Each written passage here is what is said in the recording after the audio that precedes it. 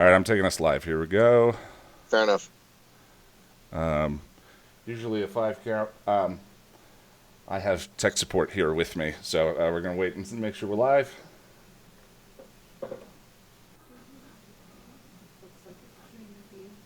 We're good? Okay.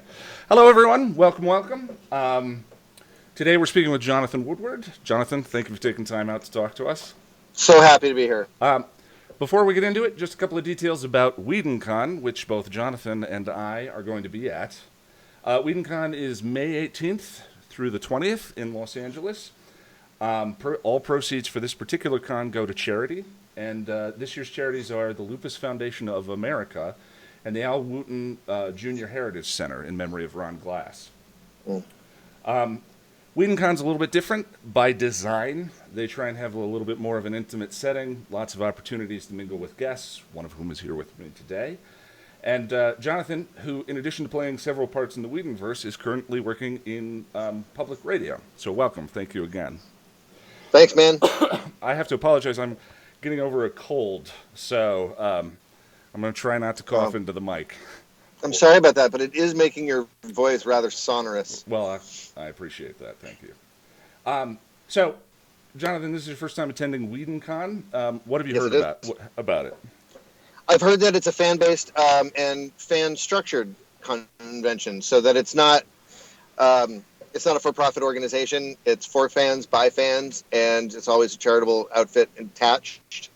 It's also in Los Angeles, which sort of like, I hear that just gives it a different vibe. Everybody's sort of like in their own backyard, so, more stranger things can happen, but it's kind of got just a slightly different vibe. And I'm looking forward to experiencing that. Now, we said Whedon is a deliberately smaller scale on purpose, so I'd like to ask, what are your previous experiences with con panels, and what are you expecting to be different? Oh, my goodness. Well, it's been a while. I've been... I love the smaller boutique conventions, the type where you'll really get a chance to just hang out, meet everybody, wander around, sit down at somebody's table, have a bite to eat, play cards. Somebody just gave me a deck of Magic, The Awakening, and I'm looking forward to figuring out what on earth that is. But I've got my deck. I'm looking forward to that. I like the smaller events where you can get to know people. But that being said, I've been to Dragon Con, I've been to Comic-Con in San Diego, I've been to other conventions around the country, and the bigger ones are phenomenal too. They're so exciting. I'm a big fan of one of the lesser known or lesser appreciated line items in the Bill of Rights. The freedom to assemble gives us all this magnificent way that we can get together, find each other, find our communities. And I'm a huge proponent of cosplay. I absolutely adore it. And you can really start to see some amazing, amazing work when you get out into the bigger cons. Yeah, cons to me are sort of all about celebration, and there's nothing wrong with celebrating. Precisely. Also, I'm very excited to hear that you play Magic. I'll have to bring a deck.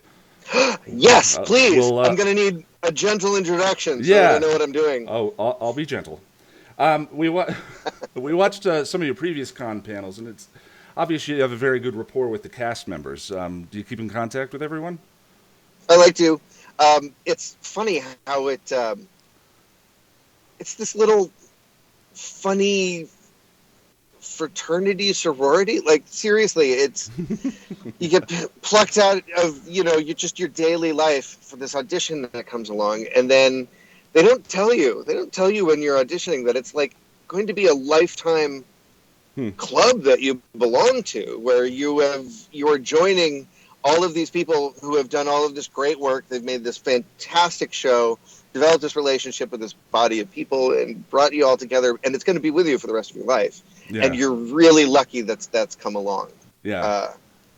For all of the places that I've lived over the past decade, the United Kingdom, New York, Los Angeles, Maine, some of the relationships I've made with the other actors, Amber Benson, Justin Bush, Claire Kramer, and some of the fans, they are some of my oldest relationships now. And So I love that. Even making friends across seasons that you weren't in. At Yes, the time. and absolutely, and shows. I'm really excited to see what Elijah Dushku is doing with this Mapplethorpe movie. I could not be more excited to see that. And, Miracle Laurie has become a friend because I just run into her enough times. Her husband and I actually were on an episode of Diagnosis Murder together a long time ago. And we discovered that, within meeting each other. And so it does, it's all part of the Whedonverse, and we get to know each other. And I am so grateful for all of that family. Well, we stalked your Twitter feed, and it appeared you're a fan of Ghost of the Robot, or maybe just a fan of James in general, since he was your sire in Conversations with Dead People. He was my sire. We did actually develop some sort of ceremony where, because of course the siring wasn't on camera, we didn't do any of that. Shamefully. I made that up. Yes. I do have a metaphysical connection to James, but I just know James. I know James from seeing him at these things, and just a gentle, really loving guy. Loves everybody, and I like what he's doing with his music. I've seen him a couple of times before, and I can't wait to see him again. Yeah, along with Jukebox Heroes. We already bought our tickets. The just for emphasis, the Ghost of the Robot concert is 7 p.m. Friday. Get your tickets on the WhedonCon website. So you've appeared in 3 Whedon shows. You're one of the few actors to have actually done so. Are you a fan of his works? Yeah. Yeah. I mean, that's an easy question. Exactly. Yes, absolutely. And so you came in Conversations with Dead People as Holden Webster late. That was season 7. Were you already watching the show up to that point, or was it an audition? How did that sort of come about? That was one audition. That was part of the Daily Soup that I was swimming in Los Angeles at the time. So I didn't own a television at the time, as a matter of fact. It's living kind of close to the bone sometimes in LA. And I had moved out there. I was kind of, staying at different places, trying to, find something permanent. It was really early in a career. And no, I had no idea what I was stepping into. Huh. And how was... I was wearing a cowboy hat for the audition. I do remember that. And I'm not really sure what I thought that added to Holden Webster, but I thought it just, there's sometimes these things that you do to give yourself that little tiny bit of some kind of secret confidence. Yeah, the other you. So to find that other you're going into an audition, you really want to liberate yourself, and that day it happened to be a cowboy hat. It could have easily been, fancy gold lame underpants. Yeah, on another day, a toothbrush in your back pocket. Well, how was it exactly? How was it then that you ended up appearing on the 3 different shows? After Buffy, it went to Angel or to Firefly? It went to Firefly next. Gotcha. And was it an audition every time? Able to. No, I could peek inside Joss's head a little bit, just based on conversations. But he was, and still is, sort of like a guy on high a little bit. He was I was always really very nervous around him, and I had the time of my life doing Buffy. It was so great. It was the most fun I'd really had on camera ever before. I never really got to just sort of loosen up and start having fun in a way that I had never really had fun before, because it was always a very nerve-wracking experience. Well, I think that definitely showed through. Yeah, I got to play. I got to do kung fu. I got to jump on trampolines and hang out with Sarah, and just sort of I was really new to LA, and I was just like, wow, I'm on Buffy. This is awesome. And I think, that joy just sort of came through. And then, he was in the middle of Firefly, and I just got word that I was going to do it. And I was like, do what? I don't do what now? But I actually had auditioned for Sean Marr's role very early on. Oh, interesting. When the pilot was going around. And I didn't get it, which is awesome, because Sean was obviously the appropriate choice for that role. And but I remembered the show, and there was nothing. There was like a call sheet, and there was like 5 pages of script. There was sort of some script, because they were still like, just on the grind, cranking that thing out. And it wasn't until very much later that I would work a day, and then I'd come back, and then it's going to be like, you're going to be naked tomorrow. And Kelly, the producer Kelly, he came up to me and said, "Kid," he was an old school producer. He was, he produced Dukes of Hazzard, for the love of God. And he came up, and he always was fond. I heard tales about him. He would like to sit in production meetings, and he had this big bristly walrus mustache, I think. And he would say, like, "I smell savings." And he came up to me, and he's just like, "Kid, you're doing great. I'd like you to go home tonight and shave your entire body, head to toe." That's an interesting icebreaker. I was like, "Okay, I'll shave my head."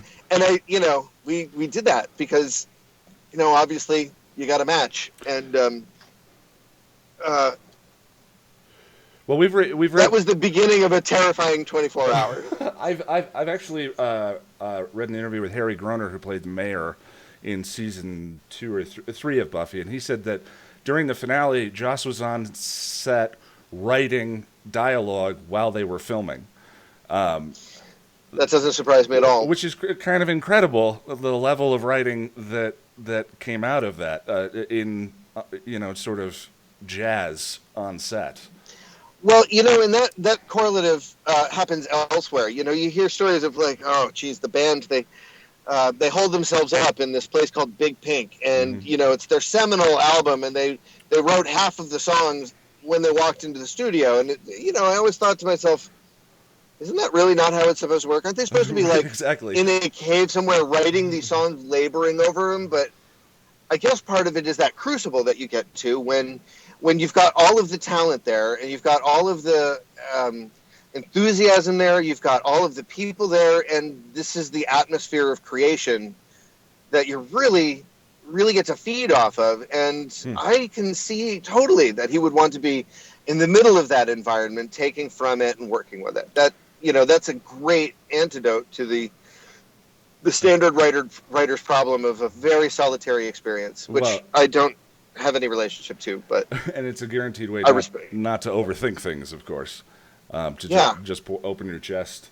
But we've read so that the Conversations with Dead People actually has 2 credited writers, and it's very unusual the way it's sculpted together. But I did read that the graveyard scene was actually written by Joss. Most of that dialogue between the 2 of you. Was that actually the case? Well, you know what? I don't know the answer to that. Huh. I can say that Drew Goddard took the Hugo for that award, if I'm not mistaken. Yeah. Did he? I believe so, yeah. Yep. And I don't think it was ever broken down for me who was who. I'm personally flattered to know that I had Joss's. I believe that the storyline was structured in the way it was because it was like this awful, awful week when nobody was available to shoot with anybody else. Huh. So they had to write these 3 independent storylines because, that's how it was all going to come together. Yeah, and it just... Interestingly about Drew Goddard is my mom's sister, Betsy, her second husband is this guy named Stan. Stan's a really nice guy. He's a guidance counselor in New Mexico. And it turns out he was Drew Goddard's guidance counselor in high school. Huh. How about that? That's a very, very small world. That is a very small... in terms of the nitty-gritty, like how many days were you shooting? And people always like to know how long it takes to get the vamp makeup on and off. Oh, sure. I think it was like a 3-day shoot, right? Mm-hmm. So the vamp makeup is, it's a day in advance that you head on down to Almost Human, and they cast your face, and they get you all, sort of kitted out. Yeah. And they don't really, because, but by the time it's season 7 rolling around, they're a machine, right? Yeah, they know exactly what they're doing. They know their process. They know their rhythm of the shoot and how it all goes.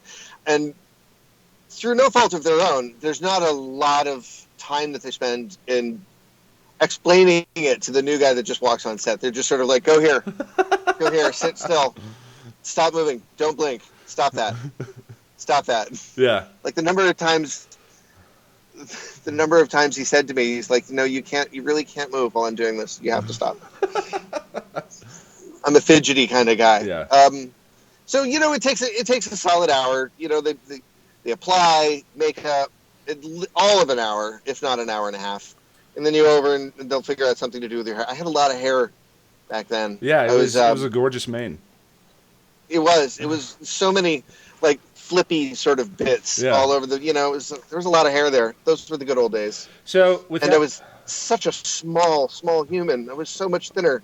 That's what it feels like. It was 20 years ago. Well, without the cowboy hat, how'd you find the character? I mean, who was Holden to you? Was it in the lines, or how did you develop the Holden? It was little things. It was I think I imagined everybody I might have gone to high school with who might later have gone to Dartmouth. And that kind of informed everything that I thought about that guy. Like maybe he was a good person somewhere in there. And I'm not talking about the vampire part of him. Yeah. I'm talking about the actual human being. He's like, oh no, man, you're like a Dartmouth guy. No offense to anybody who went to that great institution, but I started there, and I think I started with some great clues about him that were things like the way he said he was pretty sure he could take her. He'd been doing some taekwondo, and he was like feeling pretty confident in his moves, and I really think there's just a lot of there, and the tiniest little things that he wrote, like the little street signs along the way to guide you towards a character. But that's the joy of it. He probably said, "Yes, I was the guy who ran the light board at Pippin," right? That's what he said. But that didn't guide me down a road of thinking he was a theater nerd, right? Yeah. I took more from the Dartmouth and thinking that he was going to take down this Slayer. Well, he has such in hand-to-hand combat. Such a pretentious charm. I mean, and those two don't often go together. But there's like this kind, charming pretentiousness to him that's just lovely. Man, I think you've hit it. I think that's chocolate and peanut butter a lot of times. I think it describes many, many, many of our favorite characters. Have that capacity for smiling and being really charming and friendly all the way through their super douchiness. Yeah. And, there's that through line through all of the characters that I got to work with Joss, which is like, and your standard Han Solo sort of like, oh, many things do not go right for this guy. Yeah. Many things probably, you're getting a good look at somebody not cheating somebody out of something or swindling somebody or running away before something goes badly. But, a charming rogue is a great trope in all literature. Yeah. Well, what I love is that all three of the characters do share that similarity, but they're all very distinct. Knox was the next one. Or no, sorry. Well, Knox was last. Yeah, Knox was last. So after that was Firefly. And what was the difference between that shoot versus? Before it was just Sarah Michelle Gellar. Here you're interacting with the entire cast. You're laying in a coffin on that set. Yes. What was your experience like in comparison? Well, I did fall asleep in that coffin. It's a stress reaction. When I was a kid, I started acting, and everybody always, reinforced, like, "Oh, you're so good at that," because I would look so comfortable on stage, and I would start to get really sleepy when I got nervous, and so I would yawn on stage. Like I would look so comfortable because I was having a full-on like stage nerve reaction, which is my, like starting to shut down. I gotta go to sleep. And the beginning of that shoot, like Coffin was was very early on, and it's not the first day. And it actually required getting into that aluminum coffin, having it shut and latched, having that coffin then lifted into a crate, and having the crate nailed shut. Oh, jeez. That's like a nightmare. It was totally bracing. But when I fell asleep, it was actually just because there was a really warm light right on my face. And I was just, sitting there. I'm sorry, the BBC breaking news. Oh, that's okay. Get a notification. Anyway, and the thing is that these people, they were so close, and they were so charismatic and exciting, and I was totally intimidated by all of them in just the most fun way. It was different because it was definitely walking into a serious ensemble. Like, these people were a team. They were a very hardcore team, and I wanted to be a part of that team, and I wanted to hang out with them, and so it did make it different. Yeah, I think more so than a lot. I mean, that's one of the things that's so special about those 12 episodes is that chemistry just bleeds off the screen. It does. And with Tracy, Tracy Smith, the former wartime buddy. Did they give him a last name? They did. I didn't know he was. All right then. Was that again the you found the character in the lines? I mean, it's more of a detailed, involved part than what you had in Conversations with Dead People. Yes. Tracy was a different combination because, of course, it's like leveling up and a shot of confidence. Like, you can't even imagine that this guy, who writes this amazing stuff, and I had just finished having the time of my life with like a really eye-opening part about the kind of joy that you can have and what it's all supposed to mean. And then he's just sort of like sight unseen. He's like, I'm writing you this guy, and all my life, I'm a guy with glasses like these, or I'm in a lab coat, or some teacher's assistant or professor or doctor, and it's every single time it's one of those roles.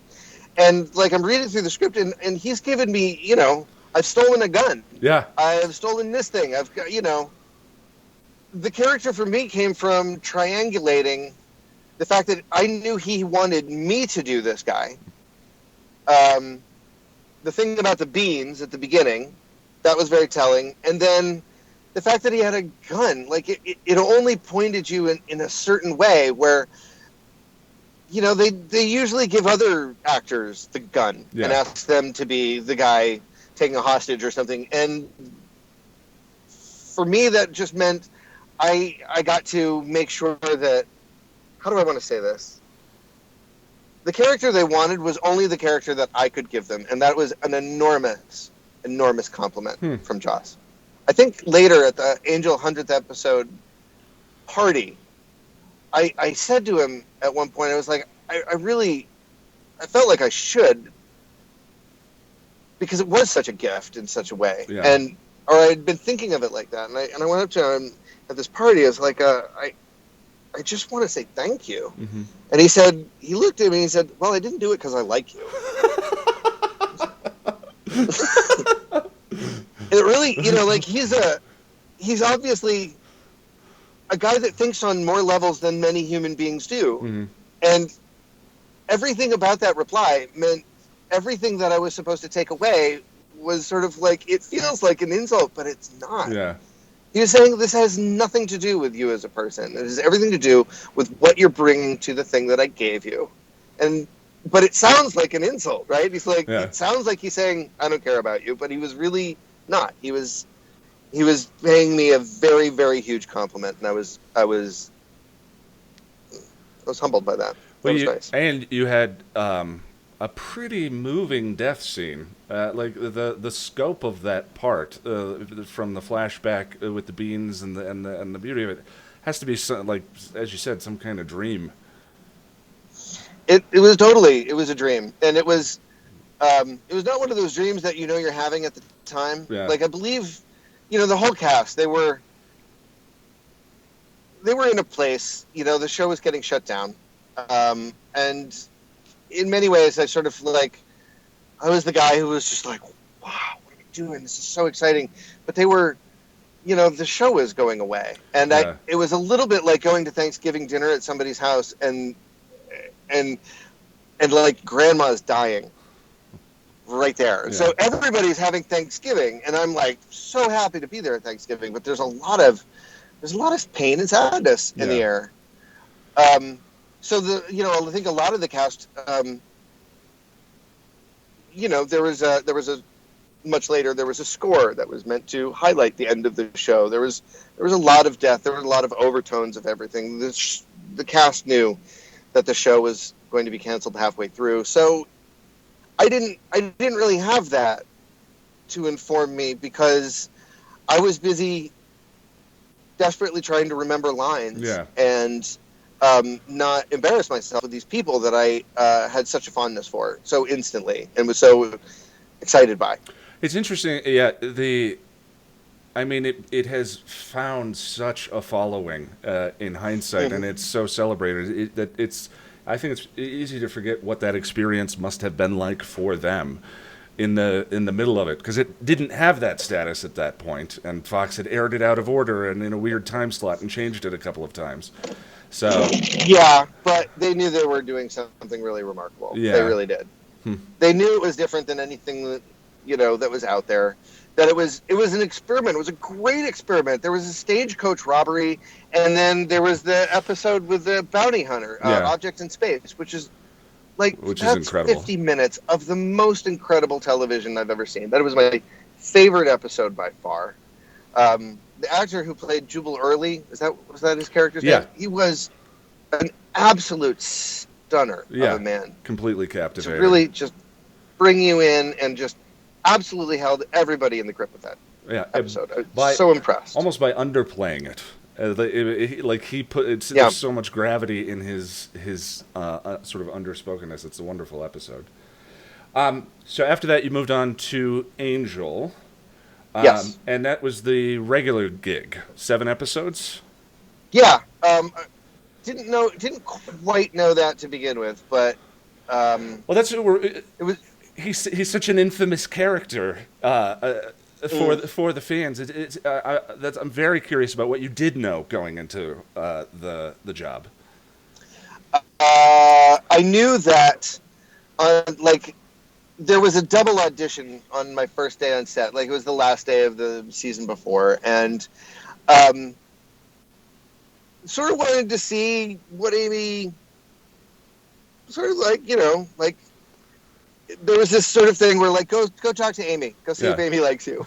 And Amy likes everybody. It's ridiculous. Amy is the most kind and wonderful, loving human. And of course, but it was a little bit like that. It seemed like there was something interesting on the horizon, but of course there was no discussing that. It was not something we were going to talk about. I didn't even know, but it later became apparent that there was going to be something very exciting to happen. I still think it is one of the more important villains. Yes, he killed Fred, but there are a lot of characters out there who come up with plots to kill a main character and end the universe as you know it. Mm-hmm. And very few of them actually end up being successful in actually killing the main character that they say they're going to do. Yeah, that's not very common to kill off a main character. That's it's a mark of distinction in its own way. The willingness to actually embrace tragedy and for him to be successful is unusual. Yes. And imagine how thrilling that must have been for him to be successful in this thing. Yeah. Such a treat. So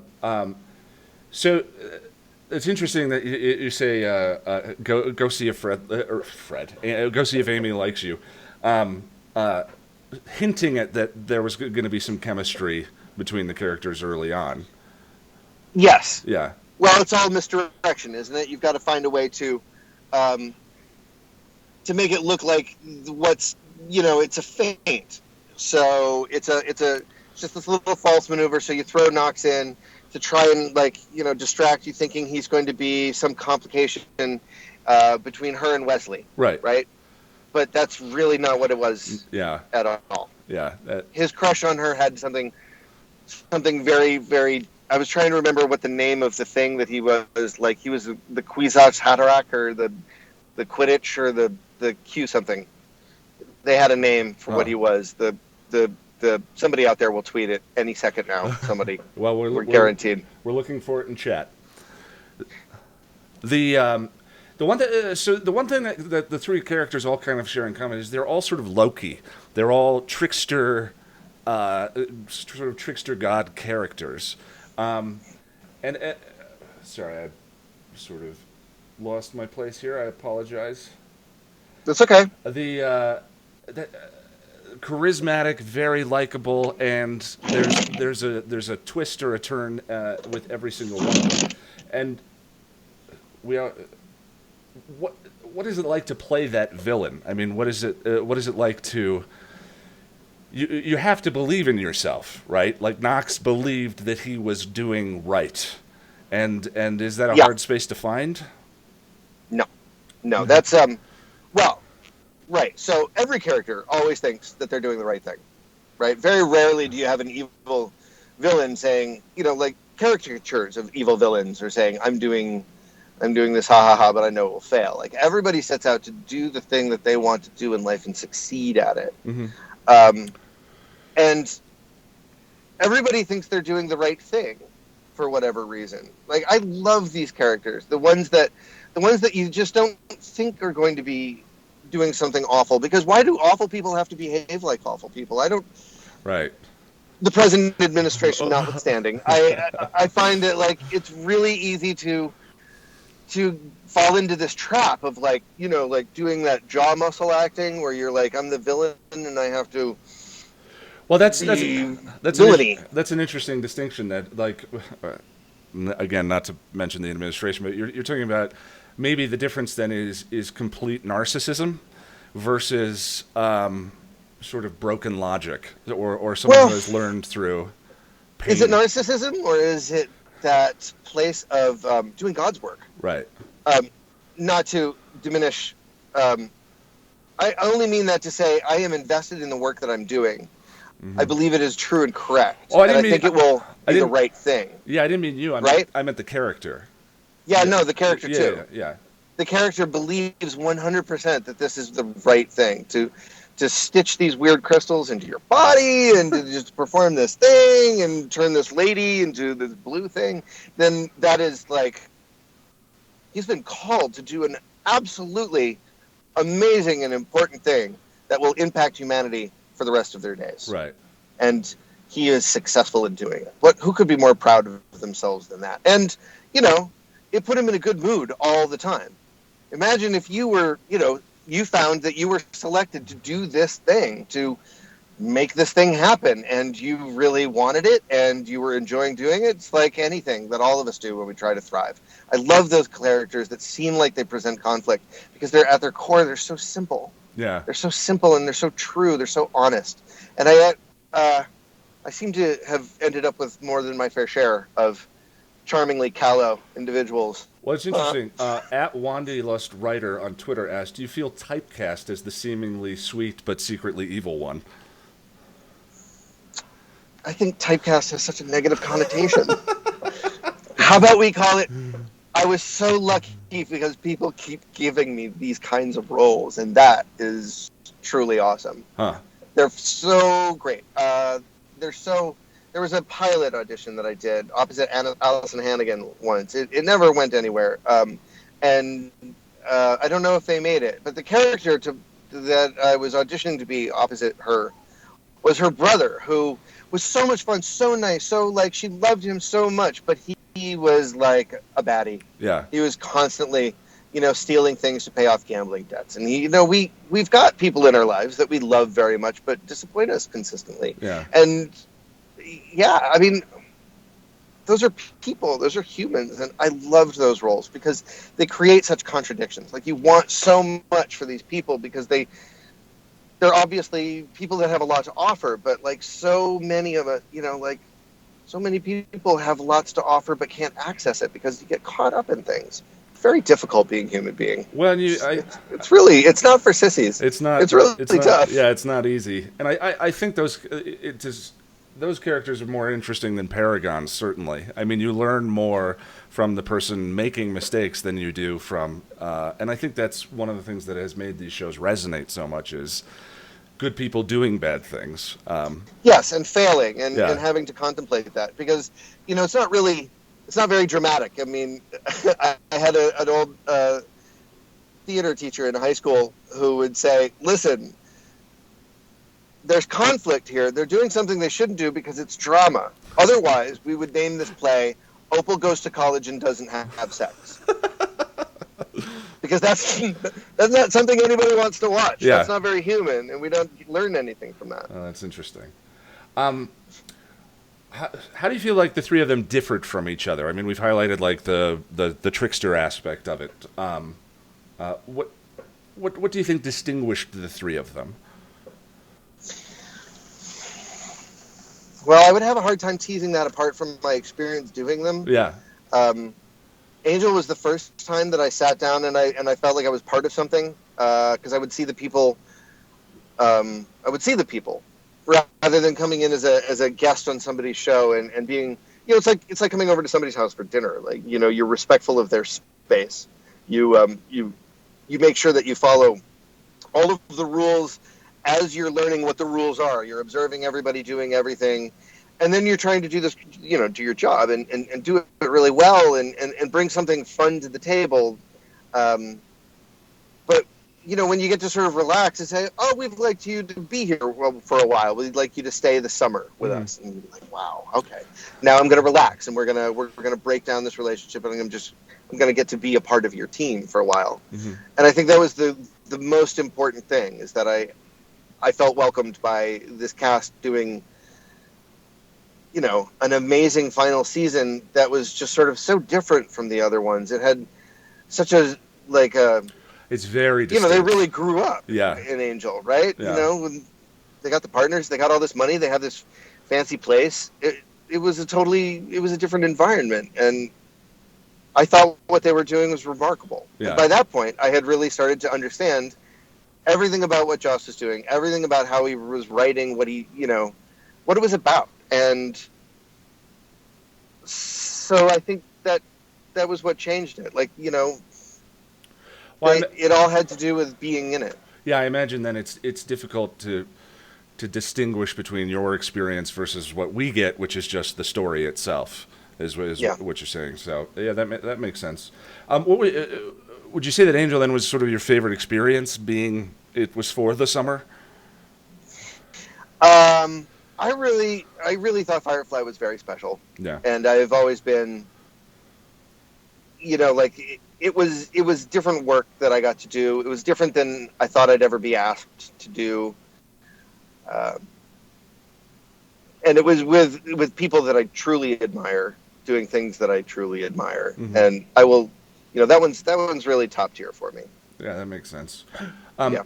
Dave Billett on YouTube asks, out of all the characters you played in the Whedonverse, which did you relate to the most? Huh. Yeah, that was Tracy too. Mm-hmm. That was Tracy too. Like many people, like all of us, I hope. Yeah. Right. I have, we all want to thrive, right? We all desperately try to thrive in our lives, and we make the best decisions that we can. And I have felt in my own life at times that there's sort of there's the easy way or the hard way, and have I made the wrong decision? Am I a guy with a lot of potential that's constantly taking the easy way out? Like, I have struggled with all of those things that are hallmarks for Tracy. Like, he was a brown coat. He could have easily been tight with all of those guys all the way through and, just been part of the gang, but he chose a different path. He chose a way, and like you hear those stories about Wall Street traders. They make a little trade, they lose 50 grand, and okay, I'm just going to do this other trade over here, and oh, I lost that plus that, and now I lost $250,000. If by the end of the day, they're arresting you in France, holding nothing but a briefcase with a bad novel and some extra underpants, and you've traded away $46 billion. Right. It's the pile of decisions. it's the snowballing of those decisions Yeah. and the way that you have to. It seems so easy from the outside to say, "Oh, just stop making bad decisions." But when you're the guy, you don't ever feel like you're making bad decisions. You feel like if you could just get it right, just this once, if you could just catch a break, then. And I think that was the whole thing about the cat. It was the infinite sadness of Tracy. Interesting. That he just wanted some peace, and he was just desperately trying to get it. But things came a little bit easier for Mal and Zoe. It came more naturally. They knew how to make the right decisions and behave honorably and know that it was going to work out. Yeah. Tracy was an outsider wanting to be in. That's actually another trickster trope. Yeah. She pointed out for me. So we recently watched a movie you starred in, Drones, which was directed and produced by Amber Benson and Adam Bush. Yeah. And Amber Benson, again, wasn't in season 7, and neither was... actually, I think Adam Bush is in Conversations with Dead People. So I was just curious how that connection came about and how you got into that with them. It's funny. I didn't meet either of them on Buffy. I think I met Adam Bush later at an audition in Manhattan Beach, and I'd seen his band play, and he knew, like he and Danny, of course, Danny, brilliant, incredible Danny, and Tom, the three of them have just stayed super incredible people. And I didn't have much of a relationship with them, but they clocked me. And at the time I was an early adopter of what can I post on YouTube that is fundamentally absurd. And you can go, if you look for it, it's called the Cox Baedeker. It's still online, and it's very strange, and it's very bad video quality because, we were all on dial-up still back then when I was mounting that. And it was just, I had a great idea for a very absurdist YouTube show that I thought would be wonderful. And they caught it, and I believe they used that to convince the producer, Jordan, that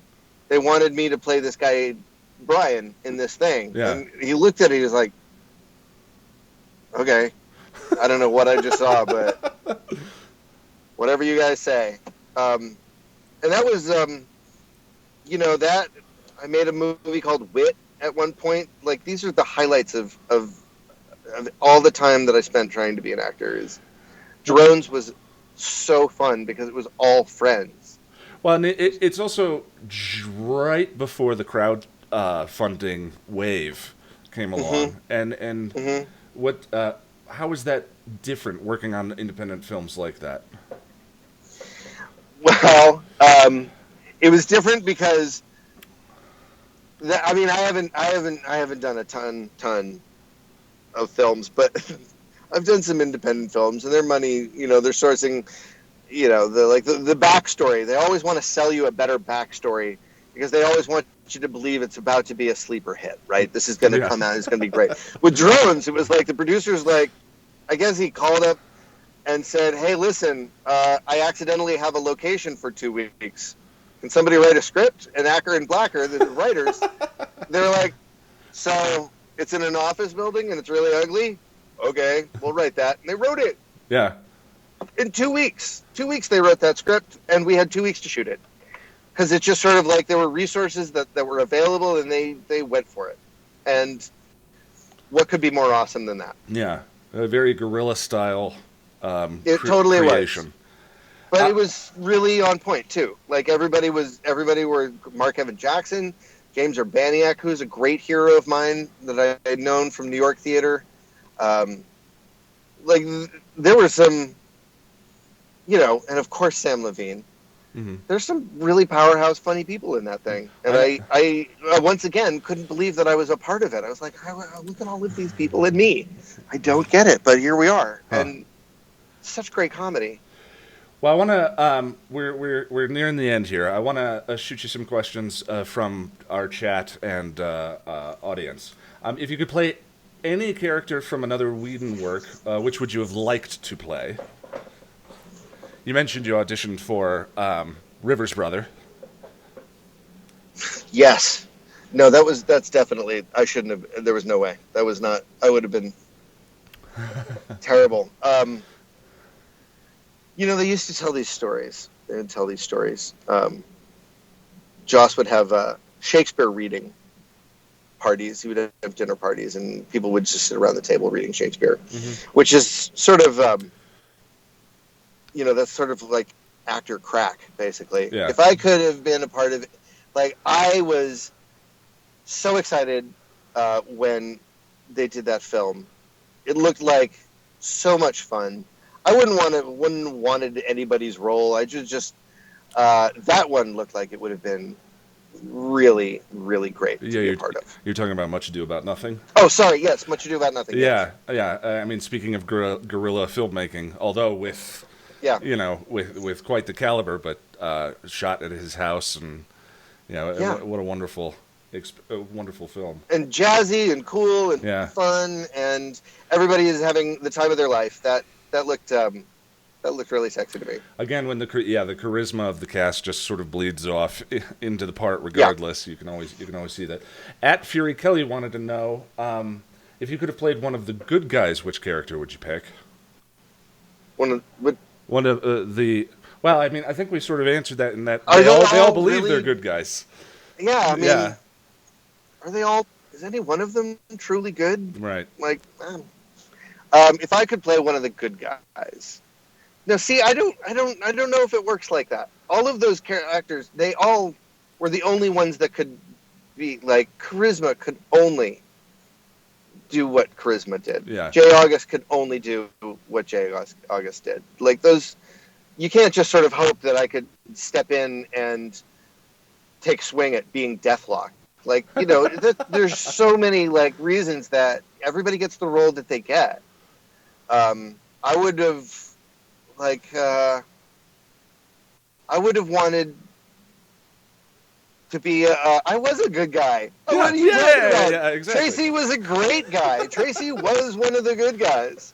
And when they go back and inevitably write, the canon from start to finish, and we see the original war and see those brown coats, Tracy will make an appearance back there, Somebody else will play him, and Tracy will be there. He'll live. But Tracy was one of the good guys, I think. I would agree with that. And we have to ask, who would win, cavemen or astronauts? Oh. Yeah, I'm on the astronaut team on that. I'm on the astronaut team as well. I'm on the astronaut team. I mean, brute strength, yes, but you can take a lot of blows as a caveman, for sure. But, astronauts are clever. They got the tools. So since working on these, you've gotten your master's at Fordham. Fordham? Am I pronouncing that correctly? Yes, you are. Right. My last class was actually just 2 days ago. Congratulations. So it's just recently. I still have a thesis project to do, and I'll be spending the summer building that. It is a reporting project on behavioral economics and negative financial disincentives,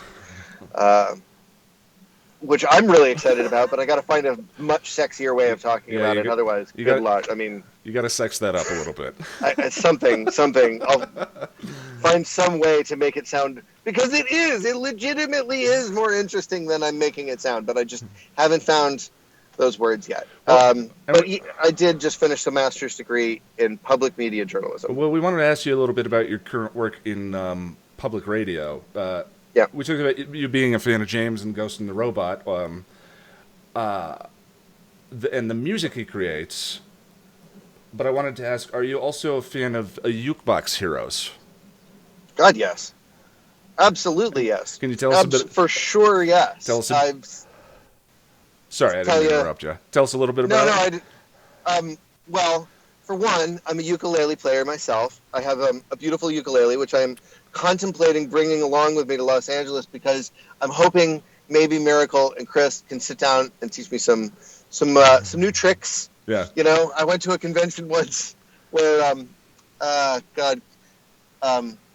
Christian Kane and his band were. And I remember wandering into a hotel room, and the guys,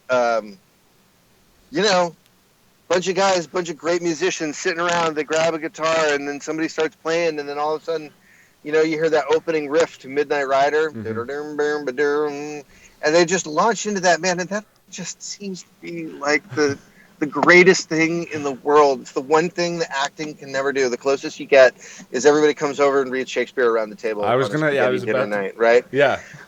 But it's nothing like those guys sitting down and just hitting some Allman Brothers. So I think I'm gonna bring my uke along and see if I can't learn a couple tunes from them, and I think they're fantastic. Well, as a producer, what was your involvement in the segment "Music That Moves Me"? We really enjoyed that. Music That Moves Me was really my boot camp. Audio producing is great because the title of producer just sort of describes their one-man shows a lot of the time, one-person shows. Mm-hmm. You go out, you're the interviewer, you're going to grab some natural sound, you're going to get audio bites, you're going to come back, you're going to write the story, you're going to stitch it all together, and it's, I listen to so much NPR driving around Los Angeles, going from auditions to auditions. I would be in the car 6 hours a day listening to All Things Considered and Morning Edition nonstop. Yeah. And I absolutely fell in love with the form. And I really think there's something about restricting you to just an audio story, because it really lights the imagination in a way where visual news, how many times have you seen a news report where there's some person standing in front of some building somewhere in Milwaukee saying, in the building just behind me, something really dramatic happens. But yeah. It's really fundamental. It's not very visually stimulating, but with radio, you really get to take people to a place. And it's the place in their mind. And if you're doing it right, it tells such an incredible story. And the listener is telling half of that story to themselves as you're building it in their mind while it's happening. Yeah. I find it very, very satisfying. So Music That Moves Me was boot camp for that, because I was just a new producer, and I was doing very entry level work at the station that I was in. I was just doing announcements of, like, this is the weather, this is what's coming up next, this is what just happened, this is what time it is, this was brought to you by Statler Brothers Iron and Wine. Mm-hmm. It was all completely scripted out, but it was live radio, and it was the content. I was in the room that I loved. But Music That Moves Me was this opportunity to start really crafting stories. And they're very simple stories. They're people talking about a very significant piece of music. So it's something that we can all relate to. And all of the stories were universally killer every single time. And so we would go into studio. People would talk to us for, 20 minutes, 30 minutes. And I'd go home with that audio file and cut that down into a tiny little story and find interesting ways to bring the music in and out of it. And I'm incredibly proud of the 60 or so that I got to do. I think they're some of the most fun that I had with audio producing. You also have a segment. Well, hold on one sec here. I apologize. We've kept you talking here for quite a while. So really? Yeah. Look at us. We're going on about 40 minutes. I want to thank you for that. Thank you for your time.